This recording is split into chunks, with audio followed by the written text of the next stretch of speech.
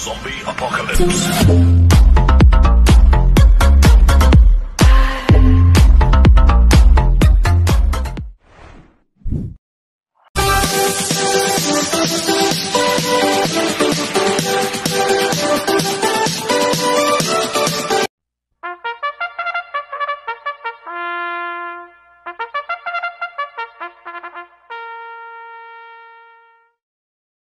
Magandang araw po mga bayang karista.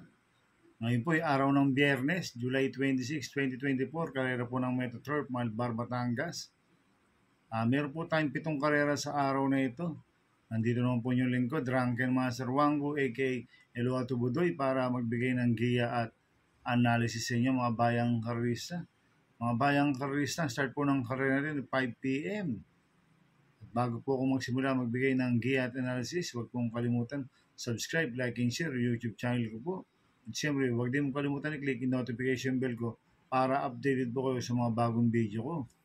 Mga bayang karista, pag natuloy po ang karera sa ngayong araw na to, dito po ikakarga yung carry over na winner take all amounting 3,334,065 pesos.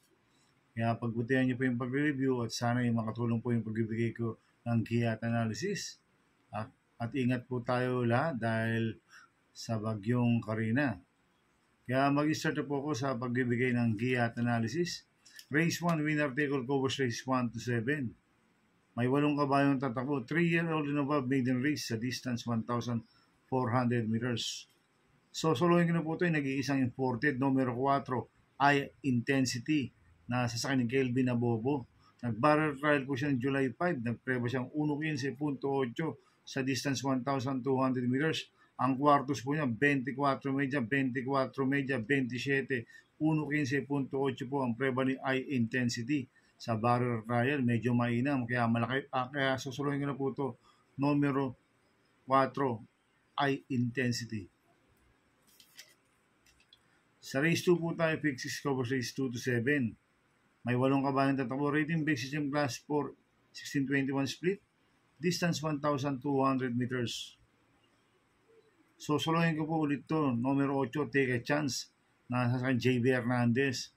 Ito, last run po ito, July 21. Tarsero po siya kala Jubilum Go Aidan Go. Medyo mabigat po nakakalaban. Cambio inete pa po. Sasakay po si JB Hernandez ngayon. Kelvin Abobo po sumakay last run. Kaya sa akin, so solohin ko na po yung numero 8, Take a Chance. Sa race 3 po tayo, pick 5 covers race 3 to 7. May 9 na kabayong tatakbo. Rating based yung class 5, 6 to 10 split sa distance 1,400 meters. First choice ko po dito, numero 4, Lemon Bell na sasabi ni OP Cortez. So, last round po nito, na-scratch po ito si Lemon Bell. Pero sa GBT, nakalimang sunod na panalo po ito. Ngayon, OP Cortez po sasakay, kaya sa akin, malaki po panalo sa akin ito. Kaya siya po first choice ko. Second choice ko po, numero 6, Golden Buzzer na nasa kay JD Flores. Last round po na ito, tarsero po siya kala Great Angie High Quality si Golden Buzzer. Kaya may panalo sa akin ito, kaya siya po second choice ko. Lalagyan ko po third choice Pandiado, numero 3, I Love Mati na nasa kay JB Guerra. Last round po na ito, Pampito kila Sultanov. Kaya sa akin, magandang diado ito, kaya siya po third choice ko. Kaya ang first choice po, numero 4, Lemon Bell. Second choice, numero 6, Golden Buzzer. Third choice, Pandiado. Numero 3, I Love Mati. Sa race 4 po tayo, pick 4, covers race 4 to 7. May 8 kabayong tatakbo, rating based in class 5, 6 to 10 split sa distance 1,200 meters. First choice ko po dito, numero 5, High Quality na sasakamo ni AM Tansyoko. Last run po nito, segundo kay Great Angie at siya po yung merong best time dito na 1.14.8 sa distance 1,200 meters. Kaya malaki po panalo sa akin ito, kaya siya po first choice ko. Second choice ko po, numero 3, No Senyang Yana na sa akin ng Mark Alvarez. Ito, cambio inete. Binigay na po kay Mark Alvarez. Last run, si Pension po sumakay dito. Kaya malaki rin po panalo sa akin ito, kaya siya po second choice ko. At lalagyan mo third choice sa Pandiado, numero 7, Paramount. Ito, nanalo po last run to si Paramount. Tinalo si Cristiano. Kaya siya po third choice ko na Pandiado. Kaya ang first choice po, numero 5, High Quality. Second choice, numero 3, No Senyang Yana. third choice Pandiado, numero 7, Paramount. Sa race 5 po tayo. May 8 kabayong tatakbo. Rating basis yung class 5-5 split racers. Distance 1,200 meters. First choice ko po dito yung bumaba po ng rating base system.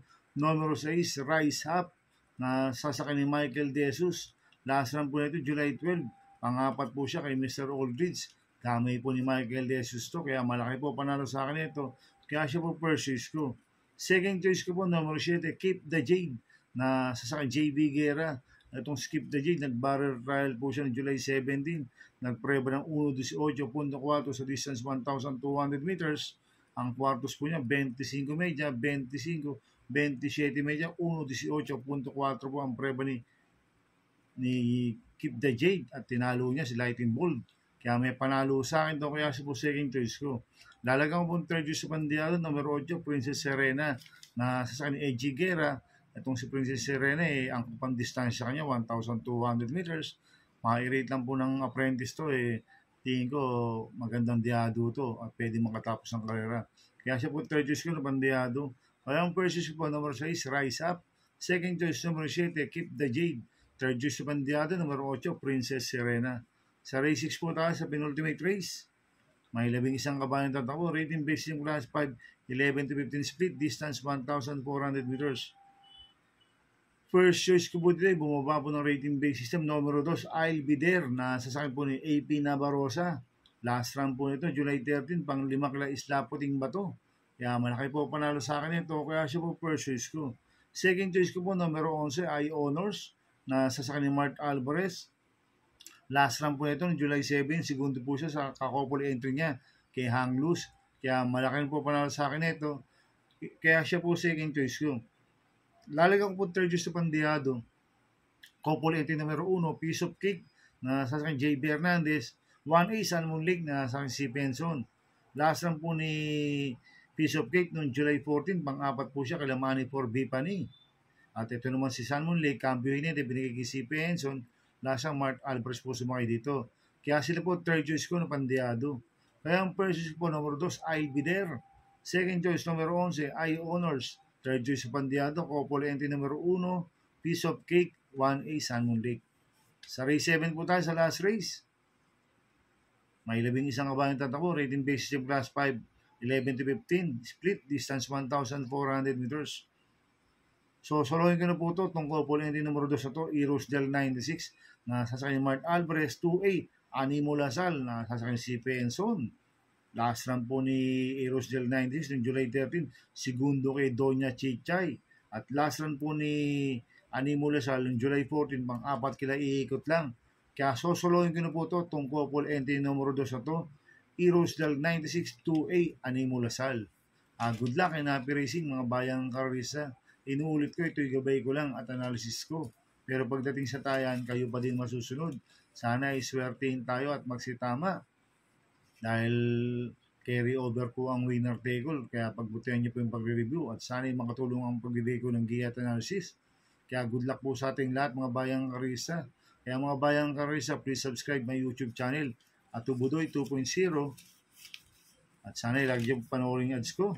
At shoutout po kay Ron81 at kay Bet86. Happy racing po sa inyo. Kaya good luck po sa ating lahat. Kaya maraming salamat po and God bless.